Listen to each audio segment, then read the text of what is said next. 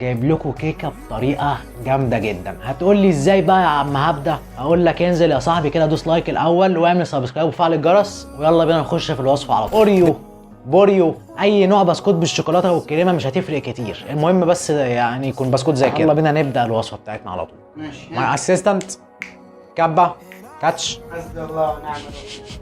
هو ده بقى اللي احنا عايزينه بالظبط، يبقى باودر كده. موقف العبد مع اسيستنت. غور. بعد ما فرمنا البسكوت بقى بالشكل ده معانا، ننزل عليه بقى بمعلقه بيكنج باودر. كلام جميل. بقى هننزل بشويه لبن تدريجيا لحد ما نوصل للقوام اللي احنا عايزينه. هقول لكم هيبقى عامل ازاي في الاخر، كانها عجينه كيكه بالظبط.